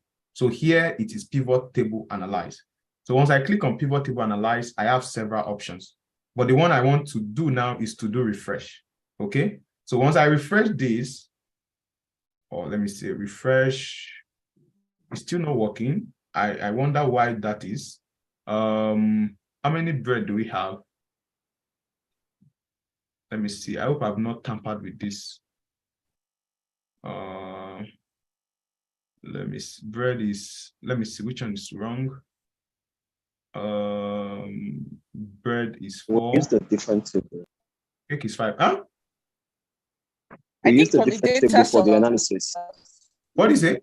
The worksheet we use is different from what you're referencing. Which worksheet? Use the sheet from pivot This is table. You use a sheet from pivot table. Okay. So, okay. Sorry. Thank you. Sorry about, thank you guys. Thank you for following. So this was the one we used, right? Okay, so let me update. It is this one I'm supposed to update. So here we have bread is 4, cake is 5, egg is 5. So let's change one of the eggs to fish, okay, and see. So let me change these eggs now to fish. And then when I click on enter, you can see that it did not update, right? So I need to come over here again to this analyze and then click on refresh. And then you can see that it has updated. All right. So that's one thing that I need to show you about this refresh. It really comes in handy when you update your data and you want it to reflect on your pivot. So that's basically what your pivot is all about. It's all about summarizing your data. We've talked about the rows, we've talked about the values. Now let's look at the filters. This is also another important thing. So from the word filter is just a way of slicing. I'm rushing like this because I want us to finish this, honestly, tonight. I know it's probably too fast for some of us, but please pardon me. You can have time to rewatch the video. If you have any question, you can ask. Please just pardon me for the way I'm rushing. So this filters option, as you know, filter means like you're trying to slice something. It means maybe you've had a filter before, you're trying to sieve out some things and leave some things. So let's see how this works. So let's say, for instance, I'm interested in like knowing how the sales that we made based on country, right? And I don't want to include country in my summary. So I can include country now in my filter pane. Okay. So once I include country in my filter pane, you can see that we have this option here, just like the filter that we did in our normal table. So once I click on it, I can have option to select any country that I want. So if I'm interested in just seeing for only Algeria, I can click on Algeria and I click on OK.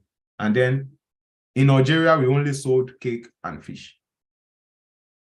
Do you get the idea now? So if I change it from Algeria again to Egypt and I click on OK, in Egypt, we only sold bread, eggs, and fish, and this is the total amount. So you can see how this pivot gives us quick summary without necessarily having to write calculations and all of that. Quick summary. So if you're interested in seeing maybe Ghana now, as a Nigerian, this is our neighbor.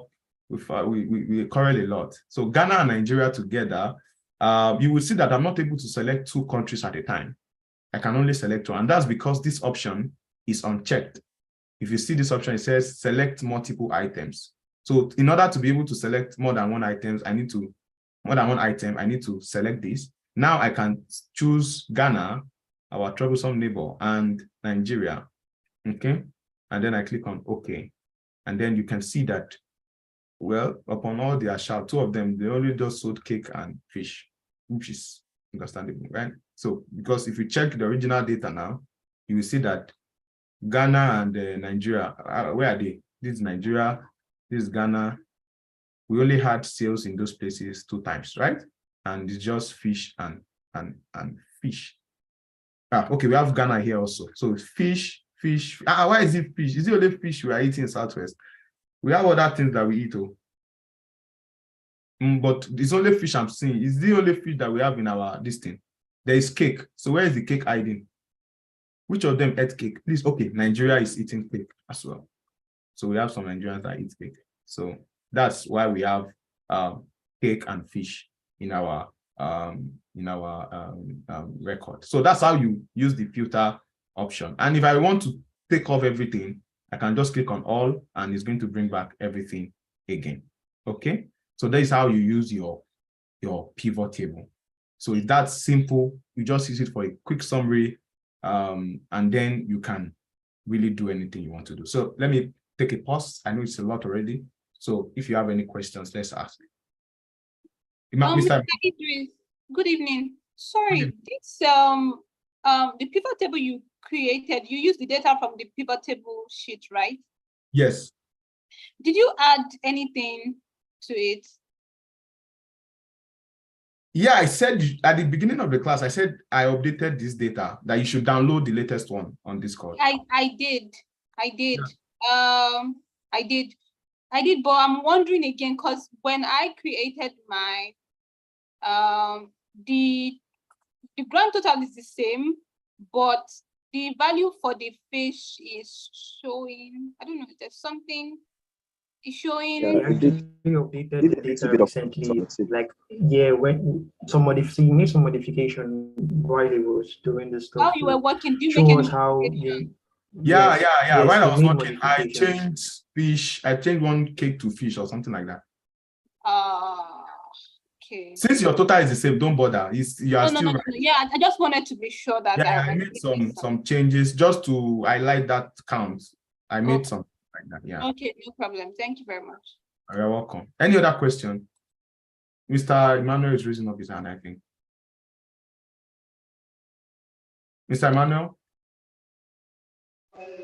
I'm still trying to soak it in, sir. No question. Okay, I was trying to soak it in. Good. All right. So I don't want to do, I think our dashboard that we'll do on Wednesday is going to be pivot based.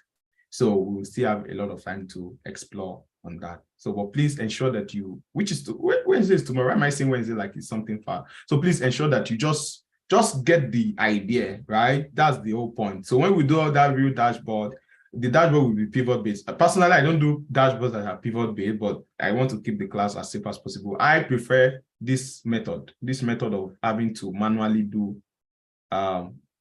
this one that I showed you. This is what I used to build my dashboard. And like I said, it has a lot of advantages, but it's beyond the scope of this class because it gives a lot of flexibility and all of that. But yeah, a lot of people still use pivot. In fact, most people use pivot table to build their dashboards. Okay, and that's what we are going to be using tomorrow.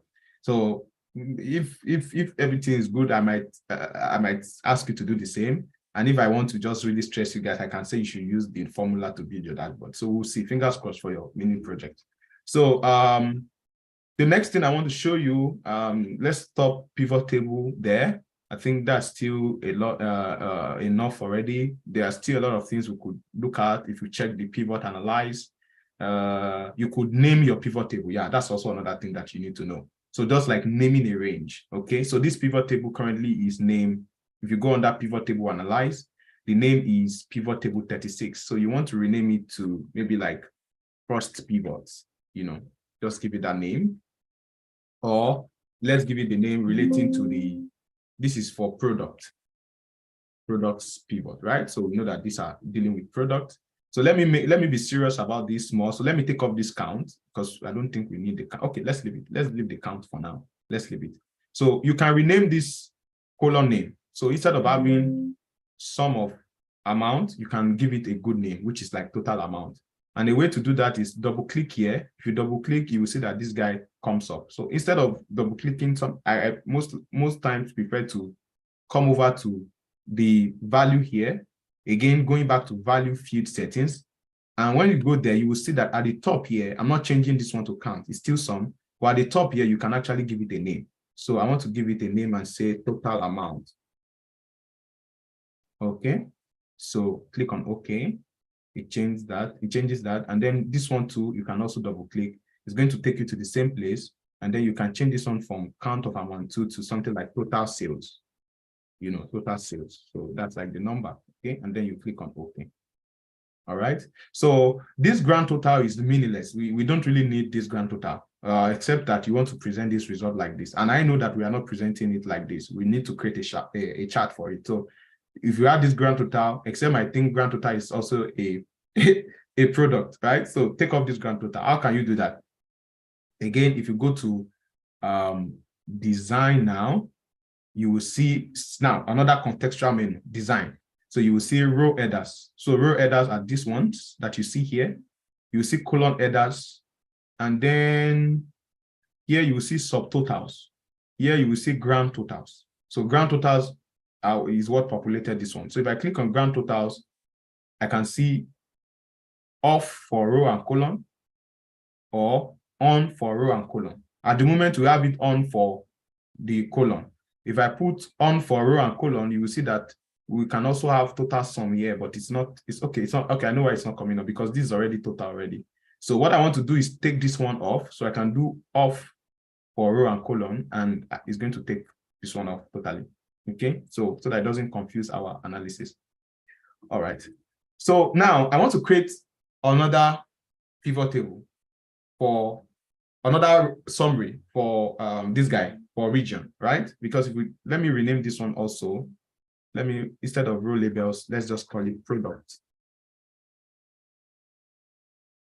Okay.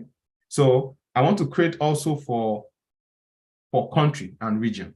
Are you following? So I'll do that very quickly. So this disadvantage with pivot table is that anytime you want to create another one, you need to recreate it again. That's one of the first disadvantage.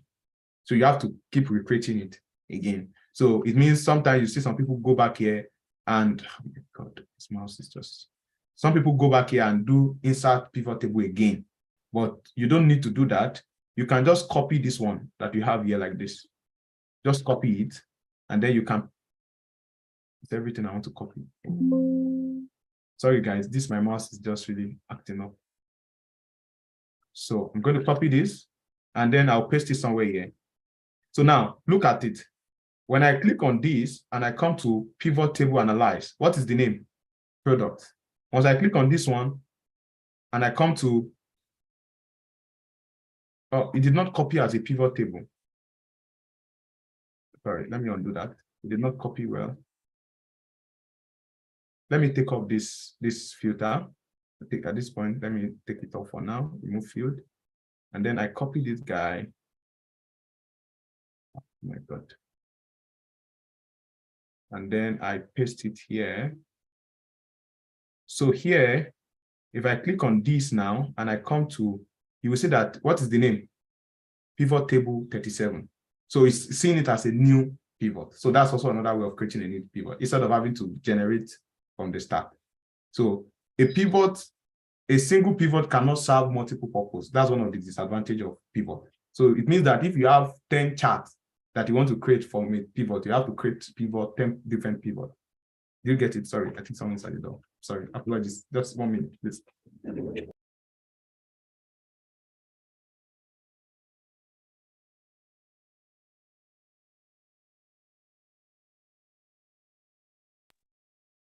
All right, I'm back. Sorry, guys. Okay. So do you get the idea now? So that's why renaming your pivot is important, so that it helps you at different times. You can identify which one is which one. If you don't, in a case where you create a lot, you just be seeing pivot 1, pivot 2, pivot, and you will not know which one is which. So that's why renaming it is very important. So for this particular one now, I'm going to rename it.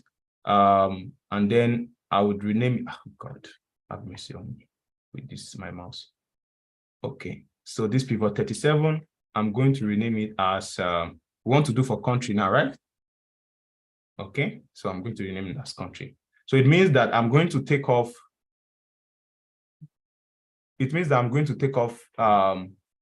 product now, right? And then I can include like country. Can you see? So once I add country, sorry about my mouse. So once I add country, we can see now that we have the breakdown for country. So we have the total amount. These are all the total amount. You can validate this if you want, but I mean, it will be correct. Okay, and then these are the total sales for each of the country. The last one is for region. Okay, so I'm trying to rush. We have like 15 minutes. So I'm going to copy this.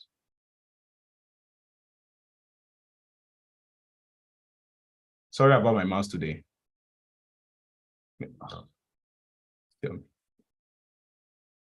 What is wrong with it now? Did I offend anybody here? Forgive me. I'm sorry. I'm sorry. So let's the Ghanaians. Okay, I spoke about the Ghanaians earlier. I'm sorry if there's any Ghanaian here. I mean, you guys jollof rice is really good. I can attest to that. So sorry about those words. I've said something nice, so I hope you will leave my mouse now. Okay, so this new pivot that we created, again, I'm going to rename it to region. Okay, so I'm going to have region here. All right, so now I can take off product and then I can have region there. So we can see a breakdown by region as well. You can see how flexible everything is. Okay, so why are we having to rename and all of that? We'll talk about that tomorrow. So the last thing I want to show you today is that when we did the summary on our normal data, why we did it was to create a chart, right? So you can actually create a chart also for this, and it's called pivot chart. Okay, so pivot chart is just like a chart you create from pivot table. Simple. So we'll keep that definition like that for now until you further notice. So how can we create a pivot chart from this pivot table? So just click on any of the chart, and then you would see, if you go under pivot analyze, you will see pivot chart here. Okay. So once I click on pivot chart, it's still the same chart. Oh, it's still like the same thing. So it's not like there's anything special about it. It's just that this one is connected with, is linked with the pivot chart. That's just with the pivot table, I mean. So here now, this is like comparison. Is this comparison now? Yeah, comparison. So you could use a bar chart or a column chart. These are the kind of chart you can use here. Okay. So now let me click on OK so that you can understand what I'm saying earlier, what I was saying earlier. So you can see that because we have two stuffs here, because we have total sales and then we also have total amount. So we can see that both of them were actually plotted. I know that of total sales is very tiny because the number is really, really small. This is like 4 compared to 802. So it's really, really tiny. But this is like a good use case of where you can have two things side by side. Okay. So, but what I want to do now is I don't want to include total sales. Okay. So there are several ways to fix that. I could right click on this, go to select data. And then for my select data, I can see that it's actually doing two things on the legend side. So it's doing total amount, and then it's also doing total sales. So I want only total sales. Only total amount. I don't want total sales because it's making the graph look somehow. So if I click on this total sales, I can actually remove it. Hey, see, I cannot remove. This is weird. Okay, I guess because it's a pivot table. That's why. So it is because it's linked to a pivot table. That's why I cannot remove it. So what I can probably do now is to, how can I fix this? I honestly don't know. Okay, so let's leave it like this for now. I will find a way to fix that. No, before. you have to remove it. You can remove it from What the if you value. take You it have off to from the remove it from the chart field? values, from the pivot chart From field. here, right? Yeah, that's what you do. Okay, Yeah, the chart okay. field. So let's do that. I wanted to leave it before. So since you guys have said I should remove it, so let me remove it from here, and then we'll see that it is gone. Okay.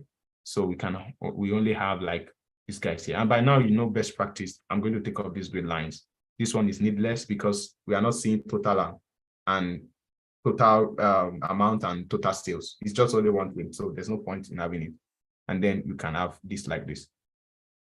So the next thing is this guy also, you can plot the chart. So let's remove the total sales as well.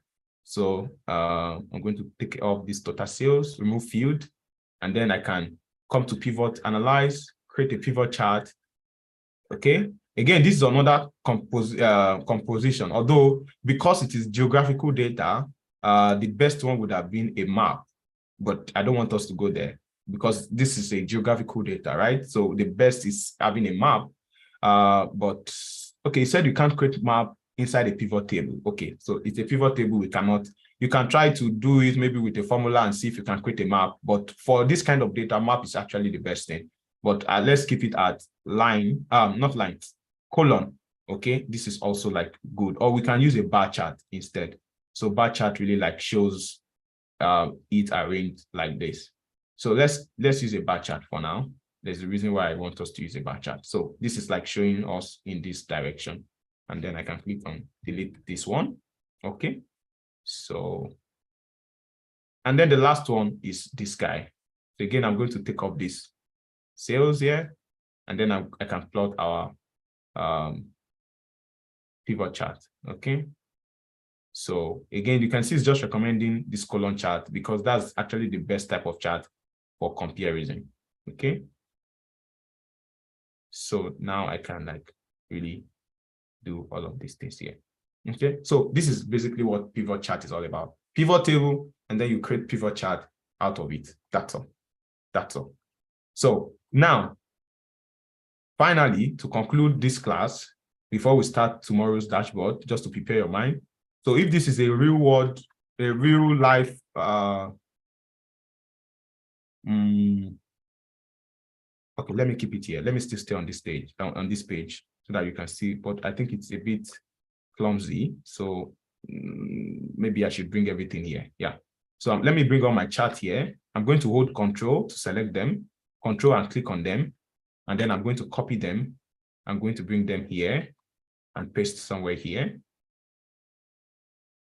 Okay. So these are all my pivots. Okay. Let me bring them separately like this. Okay. All right, can you see them? I hope you can see them clearly. Now, let me introduce you to something that you will need, that we'll be needing a lot, especially for our dashboard. It's called a slicer. So slicer works like a filter. Okay, so let me show you how it's, because that filter that you saw earlier, it was a bit static, but you can also use a slicer. So let me show you what a slicer is. So for this particular pivot table, which is this one, I'm going to go over to pivot analyze, and then I will insert a slicer. So once I bring in a slicer is just, now it's asking me, how do I want to slice these guys? So let's assume I want to slice by product. Okay, so just an assumption. Or let's assume I want to slice by region for this particular pivot. Please pay attention. I know it's a lot already. So once I add this slicer, you can see what we have. So we have something like, this is what a slicer looks like. So a slicer is just working exactly like a filter. So it means that if I select East now, you can see that this whole table changes. So I'm only getting all the products for East. Do you get the idea? If I choose North now, you can see the chart and the table is changing. If I choose South now, you can confirm this. When you are doing it on your own, try to confirm, click on South, check. How many things do we have for bread in South? Is it correct? Check for eggs. Is it correct? That's how you can validate. Again, West. You can see how everything is like changing. So West, we don't have bread in West, as we saw earlier for Nigeria and Ghana. So you can see it's just exactly the representation. So this is what a slicer is. Are you getting? But you would notice that we created 3 different pivot tables, but this slicer is only working for one of them. And usually in your dashboard, what you would want is that you should only have one slicer that will be able to slice all the charts that you have in your pivot or in your dashboard. So how do we do that? So we'll continue that tomorrow when we create our dashboard. So tomorrow, just to prepare your mind, we'll have a new data set entirely.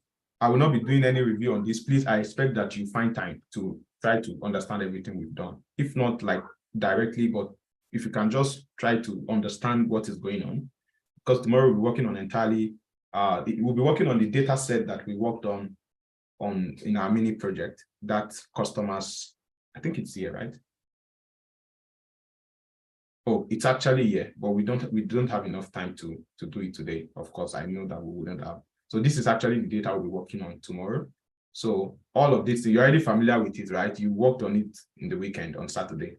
So we'll be summarizing using pivot table, and then we'll be creating different charts, and then we'll be bringing them all together in one place as a dashboard, and then we'll be connecting them together such that if I'm interested in knowing, for instance, all the male that are bachelors, you know, those questions I was asking you in your mini project, those are the things that we'll do normally.